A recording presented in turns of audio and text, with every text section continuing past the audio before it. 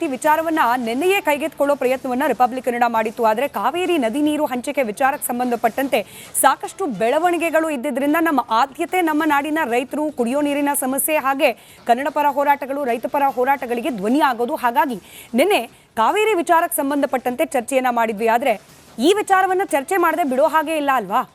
ಒಂದು ಬಾರಿ ಆಗಿದ್ರೆ ಹೌದು ಅನ್ಬಹುದಾಗಿತ್ತು, 2 ಬಾರಿ ಆಗಿದ್ರೆ ಆಗಬಹುದೇನೋ ಅನ್ಬೋದಾಗಿತ್ತು, 3ನೇ ಬಾರಿ, 4ನೇ ಬಾರಿ ಅಂದ್ರೆ ಪ್ರತಿ ಬಾರಿ ಒಂದು ದಾಳಿ ಆಗತ್ತೆ. ದಾಳಿ ಮಾಡಿದಾಗೆಲ್ಲ ಕೂಡ ಅಲ್ಲಿ ರಾಜಾತಿಥ್ಯ ಸಿಗುತ್ತೆ ಅನ್ನೋದು ಗೊತ್ತಾಗತ್ತೆ. ಅಂದ್ರೆ ಈ ಕಾರಾಗೃಹ ವ್ಯವಸ್ಥೆ ಅಂತೇನಿದೆ ಇದು ಇಡೀ ವ್ಯವಸ್ಥೆಗೆ ಮಾಡ್ತಾ ಇರುವ ಅಥವಾ ಕಾನೂನು ಸುವ್ಯವಸ್ಥೆ ಅನ್ನೋದ್ರ ಬಗ್ಗೆ ಜನರಿಗೆ ಇರ್ತಕ್ಕಂಥ ನಂಬಿಕೆಗಳಿಗೆ ಮಾಡ್ತಾ ಇರುವ ಅಪಹಾಸ್ಯ ಅಲ್ದಲೆ ಮತ್ತೇನು?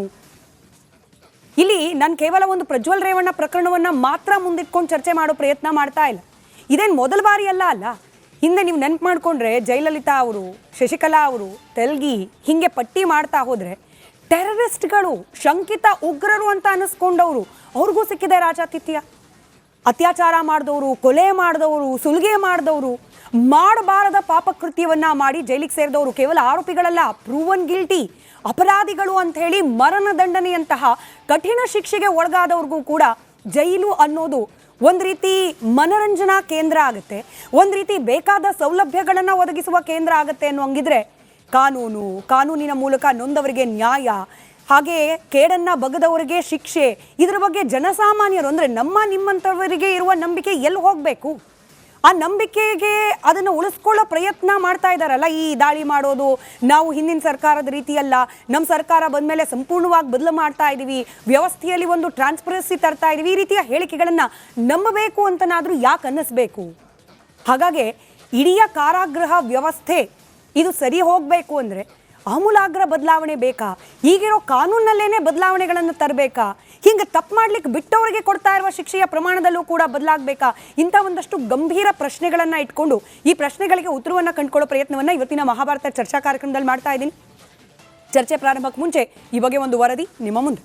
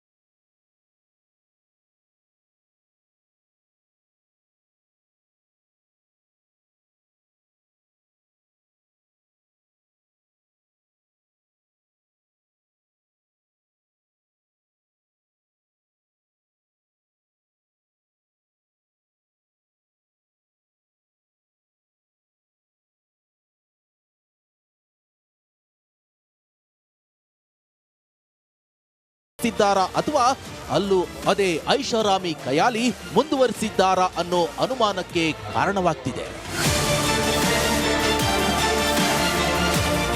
ಈ CCB ರೇಡ್ ಸ್ವಪ್ರೇರಣೆಯಿಂದ ಎಲ್ಲ ನಾನೇ ಮಾಡಿಸಿದ್ದು. ಕಾರಾಗೃಹದಲ್ಲಿ ಆಗಬಾರ್ದಂಥ ಚಟುವಟಿಕೆಗಳು ಆಗ್ತಾ ಇದ್ರೆ ಅದನ್ನು ನಿಯಂತ್ರಣ ಮಾಡಲಿಕ್ಕೆ ನಮ್ಮದಾದಂಥ ಕೆಲವು ಸೂತ್ರಗಳನ್ನು ನಾವು ಬಳಸ್ಕೋತೀವಿ. ಅದನ್ನು ಕೂಡ ನಾವು ಹೇಳ್ಕೊತಾ ಹೋಗ್ಬಿಟ್ರೆ ಕಷ್ಟ ಆಗುತ್ತೆ. ಮಾಧ್ಯಮದ ಮುಖೇನ ರಾಜ್ಯದ ಗೃಹ ಸಚಿವರು ನಾನೇ ಮಾಡಿಸಿದ್ದು ಅಂತ ಹೇಳಿದ್ದಾರೆ ಅಲ್ವಾ? ಆದ್ದರಿಂದ ಅವ್ರದ್ದೇ ಸರ್ಕಾರ ಇದೆ, ಅವ್ರದ್ದೇ ಸರ್ಕಾರ. ಗೃಹ ಮಂತ್ರಿಗಳೇ ಹೇಳಿದ ಮೇಲೆ ನಾನೇನು ರಿಯಾಕ್ಟ್ ಮಾಡೋದಿದೆ ಸರ್? ಅವ್ರದ್ದೇ ಸರ್ಕಾರಕ್ಕೆ ಯಾವ ರೀತಿ ಬೇಕಾದ್ರೆ ತನಿಖೆ ಮಾಡಿ ರಿಪೋರ್ಟ್ ತರಿಸ್ಕೊಂಡು ಮಾಡ್ಕೊಂಡು ನಾನೇನು ಅದಕ್ಕೇನಂತ.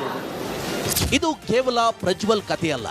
ಹಿಂದೆ ದರ್ಶನ್, ಅದಕ್ಕೂ ಮುಂಚೆ ಉಮೇಶ್ ರೆಡ್ಡಿ, ಹೀಗೆ ಅನೇಕರಿಗೆ VIP ಟ್ರೀಟ್ಮೆಂಟ್ ಸಿಕ್ಕಿದೆ. ಕೆಲ ವ್ಯವಸ್ಥೆಗಳೇ ಹಾಗೆ ಇರಲಿ ಅಂತ ಬಿಟ್ಬಿಡ್ಬೇಕಾ? ಬಿಟ್ರೆ ಆಗೋ ಪರಿಣಾಮಗಳು, ಬಿಡದೆ ಸರಿಪಡಿಸೋ ಮಾರ್ಗ ಏನು? ಇರೋ ಮಾರ್ಗ ಯಾಕೆ ನಿಷ್ಪ್ರಯೋಜಕ? ಬನ್ನಿ ಚರ್ಚೆ ಮಾಡೋಣ.